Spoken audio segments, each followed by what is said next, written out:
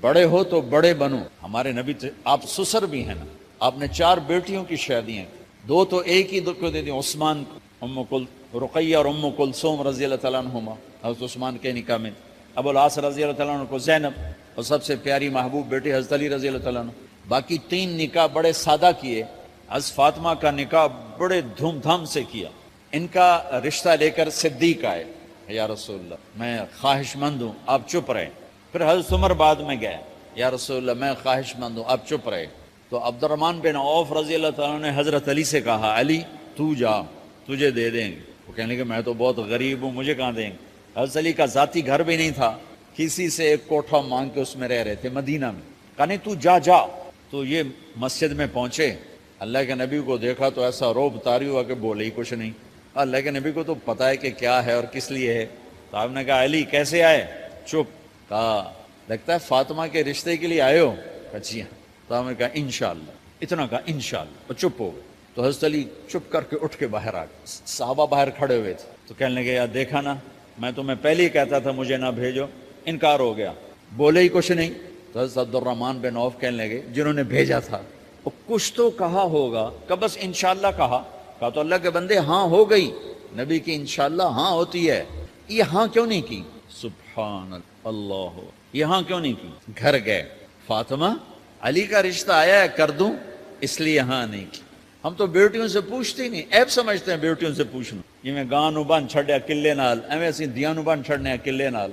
مجھے ایک اپنی مطلب برادری لیول کے ایک خاتون کا فون آیا کہ مولانا پڑھایا مجھے لاہور میں اچھے کالجوں میں, اور میری منگنی کرتے وقت مجھ سے پوچھا ہی نہیں, اور ایک شرابی سے منگنی کر کے مجھے اطلاع دی سی تیری منگنی کر چھڑی ہے, فلانی تاریخ نو تیرا نکاح بھی ہونا ہے.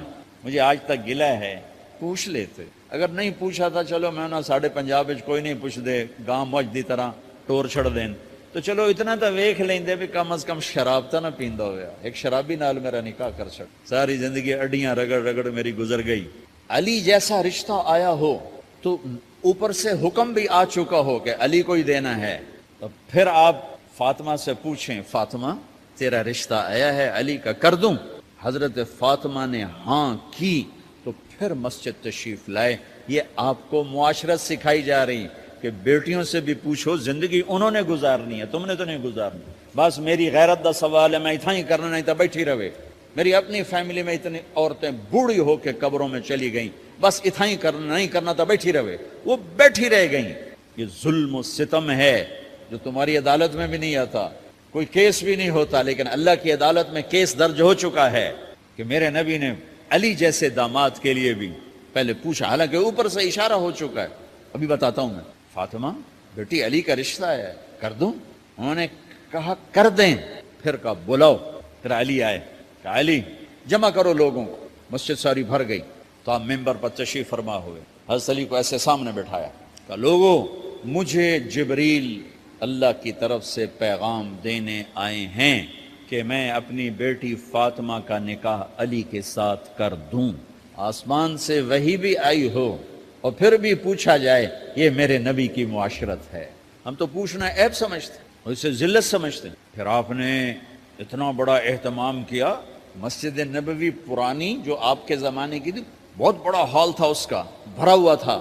آپ نے سب کو شہد کا شربت پلایا, خود نکاح پڑھایا, نکاح کا خطبہ پڑھ کیا. پھر کہا علی میں نے فاطمہ بنت محمد کو 400 درم مہر کے عوض تمہارے نکاح میں دیا, تو نے قبول کیا؟ انہوں نے کہا جی میں نے قبول کیا, اور سجدے میں چلے گئے اور زور سے دعا مانگی, رب اوزعنی ان اشکر نعمتک التی انعمت علی وعلی والدی وان اعمل صالحا ترضاہ واصلح لی فی ذریتی انی تبت الیک واننی من المسلمین. میرے نبی نے کہا آمین, زور سے کہا آمین.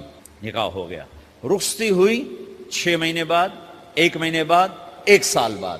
3 روایات ہیں, فوراً 4 روایات, لیکن زیادہ صحیح ہے دیر کے بعد, فوراً نہیں ہوئی, کچھ عرصے کے بعد رخصتی ہوئی. حضرت عقیل آپ کے بھائی وہ کہنے لگے علی اب رخصتی ہو جانی چاہیے. تو یہ دونوں مل کر آئے سلمان فارسی کے پاس کہ سلمان بھائی ہماری رخصتی کروا دو. سلمان فارسی کا بڑا احترام تھا, انہوں نے جا کر بات کی ام سلمہ رضی اللہ تعالیٰ عنہ سے. سلمہ نے بات کی اللہ کے نبی سے کہا ہاں ہاں آ جائے لے جائے، آ جائے لے جائے۔ تو علی رضی اللہ تعالیٰ عنہ اپنی اونٹنی لے کر آئے، تو حضرت علی کا گھر وہ کرائے پر گھر تھا ایک کونے پر، تو وہاں اسماء بنت امیس اور ام ایمن گئیں اور اس کے فرش کو لیول کیا، فرش میں سرخ مٹی ڈال کے اس کو لیول کیا اور دیواروں کی پوچا پاچی کی اور وہاں کھوٹیاں لگائیں کپڑے ٹانگنے کے لیے۔ آپ نے حضرت عائشہ اور حضرت ام حبیبہ، حضرت ام سلمہ سے فرمایا تمہیں پتہ ہے نا مجھے فاطمہ سے کتنا پیار ہے، اسے دلہن بناؤ۔ دلہن بنانا بھی سنت ہے، دلہن بناؤ، اسے دلہن بناؤ۔ تو آپ کو دلہن بنایا گیا۔ پھر علی رضی اللہ تعالیٰ عنہ تشریف لائے سلمان فارسی اور عقیل کے ساتھ، اونٹنی کو دروازے پر بٹھایا، تو آپ نے علی کا ہاتھ پکڑا، اندر تشریف لے گئے اور فاطمہ کا ہاتھ پکڑ کے علی کے ہاتھ میں دیا اور کہا بیٹی مجھے اپنے خاندان میں جو سب سے زیادہ محبوب تھا میں نے تیرا ہاتھ اس کے ہاتھ میں دیا ہے۔ پھر کہا علی تجھے نبی کی بیٹی مبارک، نبی کی بیٹی مبارک۔ پھر آپ نے اسے پیالے میں پانی منگوایا اور اس میں آخری 2 سورتیں پڑھ کے دم بھی کیا، تھوک بھی ڈالا، پھر اس میں سے انگلیاں ڈال کے ان کے سینے پر چھڑکا کہ دونوں پی لو، دونوں کو پلایا۔ پھر باہر تک چھوڑنے آئے، حضرت علی نے آپ کو اونٹنی پہ بٹھایا، آپ نے 2 عورتوں کو ساتھ بھیجا، ام ایمن اور اسماء بنت امیس۔ یہ چھوٹی سی بارات جا کر علی کے گھر اتری اور آپ نے حضرت علی سے فرمایا کہ میں عشاء پڑھ کے آؤں گا، میرا انتظار کرنا ہے۔ تو عشاء کی نماز کے بعد آپ تشریف لے گئے، آپ نے دوبارہ پیالے میں پانی منگوایا اور اس پر آخری 2 سورتیں پڑھ کے دم کیا، پھر ان کے سینے پر چھڑکا، یہاں بازوؤں پر چھڑکا اور کمر پر چھڑکا اور دعا دی اللہم اسد جدہما وجمع شملہما وبارک علیہما واخرج منہما ذریۃ صالحہ۔ یہ دعا دی آپ نے اس وقت کہ میرے مالک ان کے جمع ہونے میں برکت عطا فرما اور ان کو سعادتیں عطا فرما اور ان کو نیک اولاد عطا فرما۔ یوں میرے نبی نے اپنی بیٹی کو رخصت فرمایا۔ اگلے دن آپ نے حضرت علی کو بلا کے فرمایا علی ولیمہ بھی کرنا ہے۔ کہنے لگے یا رسول اللہ میرے پاس تو کچھ نہیں۔ تو آپ نے کہا، تو سعد بن ابی وقاص کہنے لگے یا رسول اللہ میرے پاس ایک چھترا کھڑا ہے، چھترا لاؤ، ذبح کیا گیا۔ آپ نے اس میں چھوارے ڈلوائے، قورمہ بنوایا، قورمہ، اور اپنی طرف سے حضرت علی کو پیسے دیے کہ جاؤ چھوارے، گھی، شہد خرید کے لاؤ۔ تو علی رضی اللہ تعالیٰ نے 5 درم کے چھوارے خریدے اور 3 درم کا شہد خریدا اور 1 درم کا گھی خریدا، 9 درم تھے ٹوٹل۔ تو آپ نے کافی سارا آ گیا تو چھواروں کی گٹھلیاں نکلوا کے ان کو پسوایا، پھر شہد اور گھی میں ملایا اور ایک سویٹ ڈش تیار کی اور اس کو حضرت علی کے ولیمے میں آپ نے اپنی طرف سے پیش کیا۔ تو اس دن تازہ روٹی جو کی پکائی گئی اور دیگ پر میرے نبی خود بیٹھے کھانا کھلانے، تقسیم کرنے، خود بیٹھے۔ اب ایک چھترا ہے، 14 کلو گوشت ہے، 15 کلو، تو 50 آدمی کھا لیں گے۔ آپ نے کہا سارے مدینے کو دعوت ہے، سارے مدینے والے جتنے بھی آئے، اور میرے نبی خود دیگ سے نکال کے کھلاتے رہے۔ سارا مدینہ ولیمہ فاطمہ کا کھا گیا اور دیگ بھری پڑی تھی۔ تو ولیمے میں تکلف جائز ہے، سادگی بھی جائز ہے، سادگی بھی سنت ہے، تکلف بھی سنت ہے۔ ہاں جو ہماری خرافات ہیں، فضولیات ہیں، یہ تباہ کن ہیں، ان سے بچنا بڑا ضروری ہے۔ اور بھائیو، کسی کی شادی ہو، اس بچے کی ہو رہی ہے، یہ افسر ہے، ایک ریڑھی والے کی ہو، کسی بھی گھر کی آبادی کا ایک ہی سبب ہے، وہ میٹھا بول ہے، وہ اچھا سلوک ہے۔ جس کی بیٹی کو لے جا رہے ہو اسے عزت دینا، اور یہ جو جا رہی ہے یہ ان کو اپنا ماں باپ سمجھے، اپنے خامن کے ماں باپ کو اپنے ماں باپ سمجھے۔ جاتے ہی لکیریں لگانا نہ شروع کر دے، میں انہوں وکھرا کرتے انہوں ایدے کرتے انہوں ایدے کر۔ وہ اپنے گھر کا ایک فرد بن کے زندگی گزارے۔ جو لے کے جا رہے ہیں ان کے ذمہ ہے کہ اس کو بیٹی بنا کے لے جائیں۔ سسرال جو ہوتے ہیں وہ ہمیشہ عیب دیکھتے ہیں، خوبیاں انہیں نظر ہی نہیں آتی، تو کھٹ بٹ تو ہوتی رہتی ہے، کوئی ایسی بڑی بات نہیں، کھٹ بٹ کو صلح میں بدلو، مزید چڑھائی جھگڑا نہ بڑھاؤ۔ میرے نبی حضرت فاطمہ کے گھر آئے، دیکھا تو آپ اداس بیٹھی۔ آپ نے کہا فاطمہ بیٹی کیا ہوا؟ کہ میرا اور علی کا جھگڑا ہو گیا۔ اچھا، خود گئے بیٹی کے باپ ہو کر، دیکھا تو حضرت علی مسجد میں سوئے ہوئے تھے۔ آپ نے ان کو اٹھایا، کہا یا ابا تراب قم، آپ کو یہ ٹائٹل یہاں ملا، اے ابو تراب۔